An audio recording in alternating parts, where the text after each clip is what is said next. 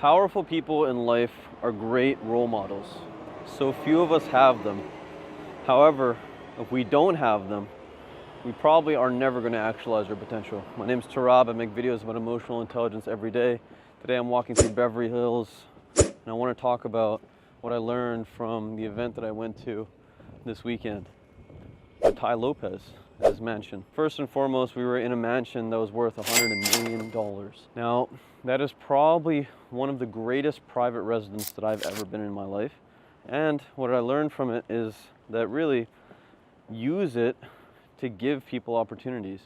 One of the big things that Tai talked about was to optimize life in a social sense.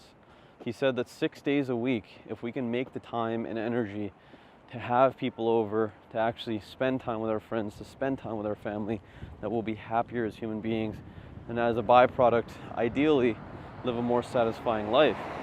So, what does that mean for me? I immediately thought to myself, okay, well, I have book clubs on Wednesdays. On Tuesday nights, I have meetings for my Tarabify art stuff. Saturdays, I go to the office. On weekdays, I go to the office. On Sundays, I try to spend time with my mother. Various days of the week, I actually spend a lot of time socially with people. He also talked about making sure to exercise. As men in society, he talked a lot about, he was one of the first people in the sphere of biohacking. And he said that 10 years before most people even started talking about it. And if you don't know what biohacking is, from my understanding, is basically making sure that our hormones, our markers, our blood tests, our activity consistently is optimized to reduce our aging and to increase our energy levels. So every other day, basically, I will be doing weightlifting from now on. And I'll be doing a significant amount of cardio, as I already do on the elliptical daily. Significant amount being literally 30 minutes, so I ain't special or anything, but I'm just saying. Something to keep that physical aspect of our life up, to make sure that we're as healthy as we possibly can be. Furthermore, other life hacks, I've talked about AI in the other couple videos, but if you missed it, using ChatGPT as a way to frame the way that we're growing, as a way to frame ideas that we might have, as a way to frame really how we're to approach the drastic different goals that we have. So an example of what I used it for this morning was, I was asking it, how is it that I can meet more socially intelligent leaders that are actually promoting sustainability in the world? And they gave me a bunch of different things that I can kind of nail down and make sure that I can do daily, different things I can do on LinkedIn, different organizations that I should be a part of. And so this is just the bare bones basics of using such a powerful technology to make it so that our dreams become a little bit closer to reality. Other things that Tai talked about was particularly living in specific locations, and how he knows very few people are actually planning their lives out in a way that's actually beneficial to what they want to accomplish.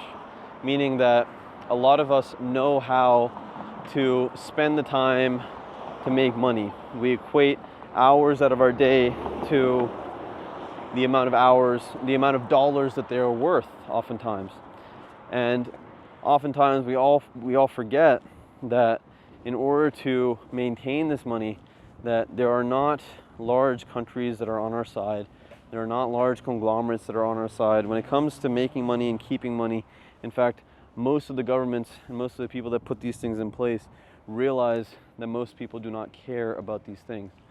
And it is our responsibility to educate ourselves financially, specifically about the things that we want to do, to know how it is that we want to store our resources and how it is that we want to spend our resources to potentially grow them and use them when we are not wanting to work, when we want to take 2 weeks off, when we want to have a month vacation.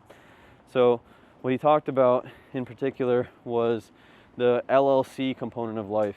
And if you are my follower and you know what's going on when it comes to money, or at least are thinking about it, I would strongly suggest thinking about how corporate structures are laid out, how trusts are laid out, how how important it is to realize the taxation difference between being an individual who is a W-2 employee and an individual who is functioning as a corporation or as a company. He also talked a lot about embedding other LLC components into corporate structure. So if you have a company, your intellectual property should be split between a holding company and your main entity. If you are a company, you should be having assets abroad, in particular in other countries, to make sure that you are spending your time and energy to protect your assets so you're not simply making them just to be lost. The other thing he said, which was enlightening to me, was how few men actually value the importance of setting reasonable goals when it comes to a partner or in terms of having kids. The exercise that he went through was talking specifically about why would you not set your role models as the titans of society, the people that we see on TV as Elon Musk and as your man Bezos, your man Bill Gates, all of these incredible people that are still alive right now, that are spreading great messages and that are doing good things for society.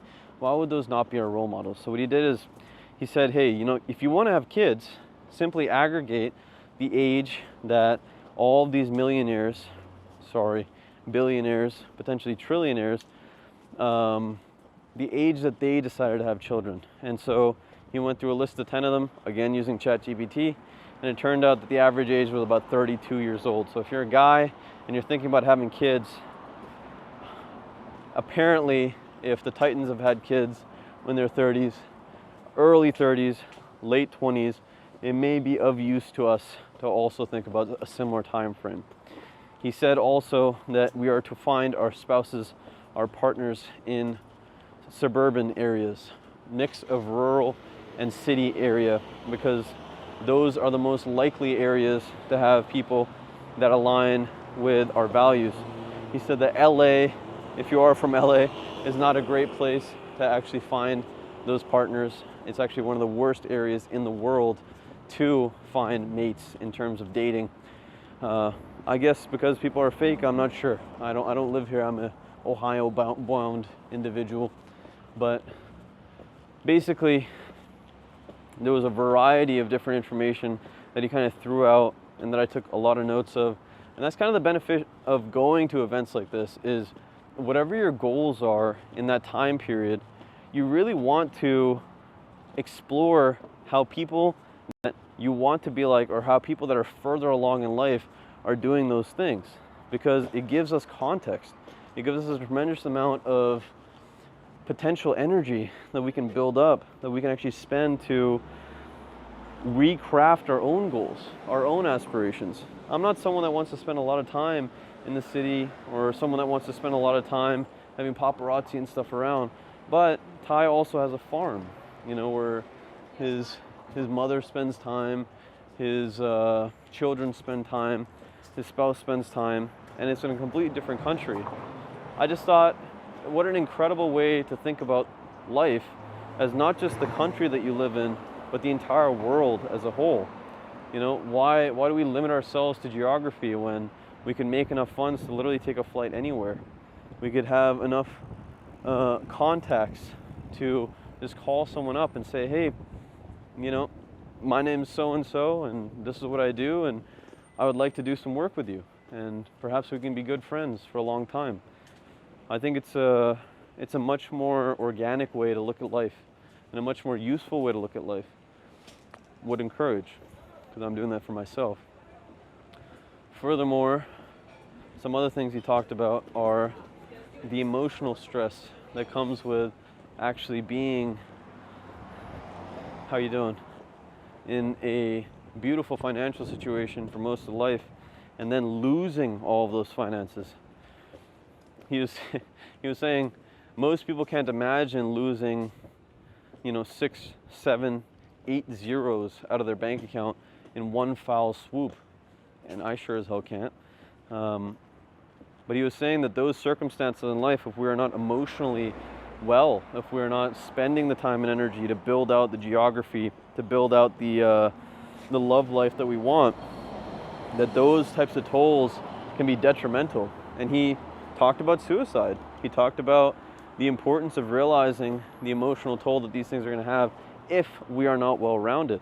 And he does not take these things seriously. I think a lot of people see content of these millionaires and they see them as these brash kind of people.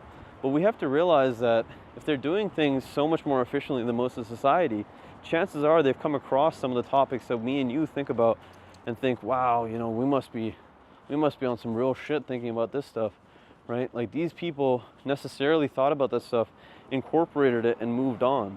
And so I think the largest thing that I learned in my weekend at Tai Lopez's mansion was humility, and just realizing, you go through so much stuff in life, and we're not so old. Perhaps we've been through more than most people have, but the people that are really making the changes, the people that we see on the news, the people that perhaps we have the opportunity to judge from an outsider perspective, we should be giving a little bit more space, a little bit more love from the individual perspective. So hopefully you found this video useful. If you did, throw that thumbs up in.